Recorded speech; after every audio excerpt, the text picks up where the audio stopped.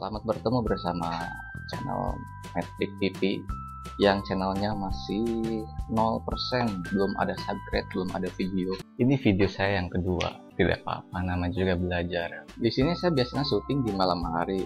Menjadi seorang YouTuber pemula itu tidak jauh beda seperti manajer marketing, yang dimana dia harus bisa bermain strategi dan bisa melihat masa depan.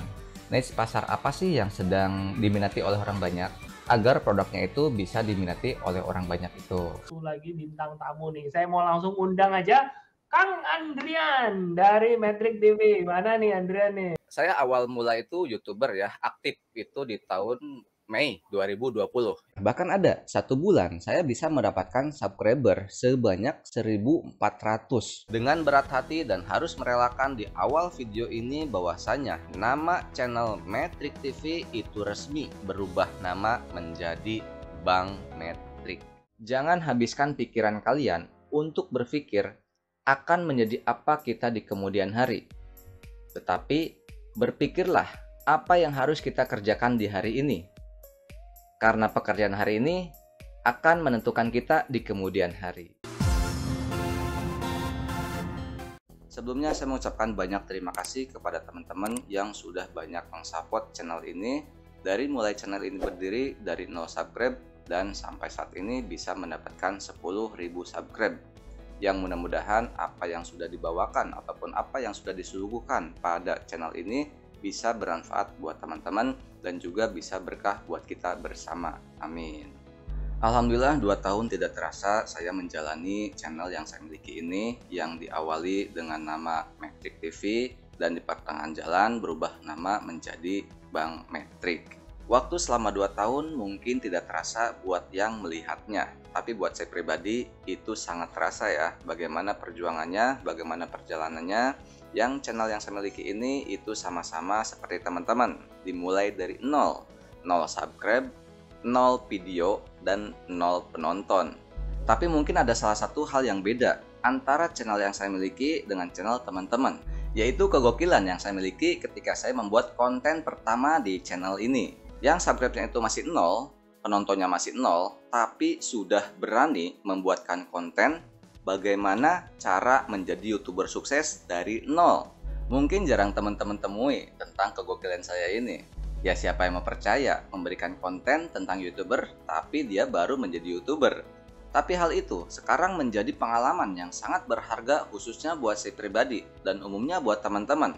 Saya pun bisa, teman-teman pun pasti bisa. Nah, pada video ini saya akan sharing-sharing yang sudah saya lakukan selama ini, yaitu selama 2 tahun. Yang mungkin saya akan mengarahkan mindset teman-teman. Yang sekarang teman-teman mungkin ada yang lagi down di YouTube. Nah, di sini saya akan coba arahkan biar mindset teman-teman itu bisa berpikiran ataupun punya pemikiran bahwasanya pasti bisa. Dan seperti pada thumbnail, yang di sana ada motor. Nah, ini akan bisa menjadi motivasi buat teman-teman biar lebih semangat di YouTube ini. Sekarang ini pasti banyak sekali YouTuber yang merasa kesulitan untuk mendapatkan subscribe dan jam tayang. Untuk saya pribadi, ketika saya mengawali di YouTube ini, saya mengamalkan satu kalimat yang mungkin teman-teman pun paham.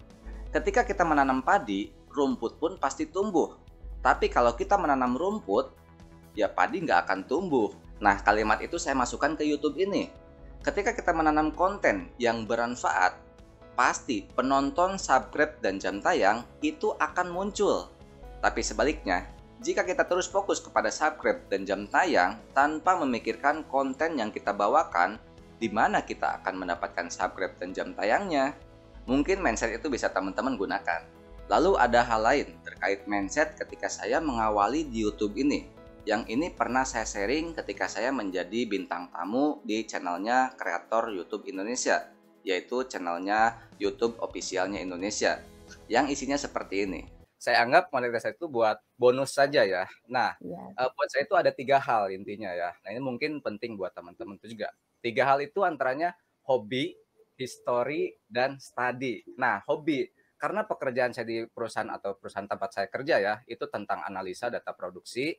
Ketika saya masuk ke YouTube ini, saya masuk analitik data YouTube, nggak jauh beda sama pekerjaan yang hobi setiap hari saya lakukan. Yang kedua, history. Di setiap video saya kan ada tuh wajah saya. Nah, itu intinya saya buat cerita-cerita kalau saya punya anak dan cucu nanti.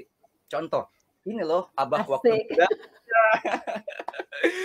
Yang ketiga, study ya. Nah, study, mungkin teman-teman lihat video pertama saya, walaupun jam terbang saya tentang presentasi ada yang di tempat kerja, tetapi kalau kita presentasi di depan kamera, rasanya beda loh. Lihat aja ya, konten pertama saya di pertama itu, mungkin agak gimana-gimana gitu. Nah, dari situ kita bisa study. Hobi, history, study. Itu sangat penting mungkin. Nah, jadi jangan terlalu fokus untuk kita mendapatkan subscribe dan jam tayang. Kita jalani enjoy aja. Anggap saja ketika kita mendapatkan syarat untuk monetisasi, kita anggap itu adalah bonus buat kita. Tapi kalau kita terus berpikir untuk mendapatkan syarat monetisasinya, tetapi kita tidak mendapatkannya, nah itu biasanya akan cepat down. Lalu di sini saya bahas tentang bonusnya. Nah, ini bisa jadi motivasi buat teman-teman juga. Mungkin banyak sekali yang beranggapan ketika sudah mendapatkan syarat monetisasi yaitu 1000 subscribe dan 4000 jam tayang, itu akan bisa kaya. Mungkin banyak yang berpikiran seperti itu. Karena dulu banyak sekali doktrinan-doktrinan yang mungkin yang dulu-dulunya ketika menjadi YouTuber itu akan cepat kaya. Ketika sudah monetisasi itu akan bisa kaya. Tapi aktualnya mungkin teman-teman di sini sudah ada yang monetisasi. Bagaimana rasanya? Apakah banyak ataupun gimana? Ataupun mungkin lebih banyak tukang jalanan gitu ya. Nah, terkait penghasilan YouTube itu dilihat bukan dari subscribernya, tetapi dari penayangannya ataupun view-nya. Yang saya sebut saja, untuk penghasilan YouTube, rata-rata 1000 penonton dalam satu hari itu sama dengan Rp7.000. Hanya Rp7.000 dalam 1000 penonton. Kalau kita ingin mendapatkan berjuta-juta dalam sebulannya, artinya tinggal dikalikan aja. Berapa view yang harus kita dapatkan dalam perharinya. Nah, terkait penghasilan tersebut, walaupun di sini saya sudah mendapatkan 10.000 subscribe, tetapi mungkin teman-teman bisa melihatnya sendiri. Berapa sih view saya seharinya? Itu bisa kalian cek di socialblade.com. Dan saya tidak fokus terhadap penghasilan YouTube-nya, karena bisa dibilang penghasilan YouTube itu.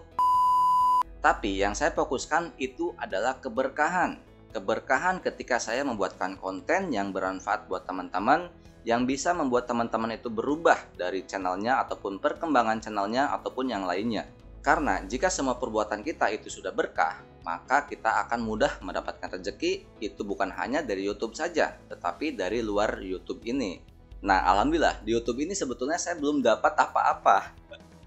Tapi motor yang saya dapatkan itu adalah ketika di perusahaan saya ada door prize dan alhamdulillah saya mendapatkan motor itu secara free. Jadi mungkin keberkahan yang ada di YouTube ini itu memudahkan rezeki kita di luar YouTube. Mudah-mudahan apa yang sudah saya sampaikan tadi bisa membuat perubahan pada mindset teman-teman. Apa sih yang harus dilakukan di YouTube ini agar nantinya teman-teman itu tidak cepat down atau bisa lebih semangat lagi di YouTube ini. Seperti biasa, jika kalian merasa konten ataupun channel Bang Metrik ini bermanfaat, jangan lupa kalian share ke teman-teman kalian yang ingin menjadi YouTuber ataupun yang membutuhkan. Karena sedikit apapun kita bisa membagikan kebaikan, pengetahuan ataupun ilmu, insya Allah kita akan mendapatkan keberkahan. Amin. Terima kasih dari saya, sampai jumpa di konten-konten selanjutnya, dan salam sukses buat kita bersama.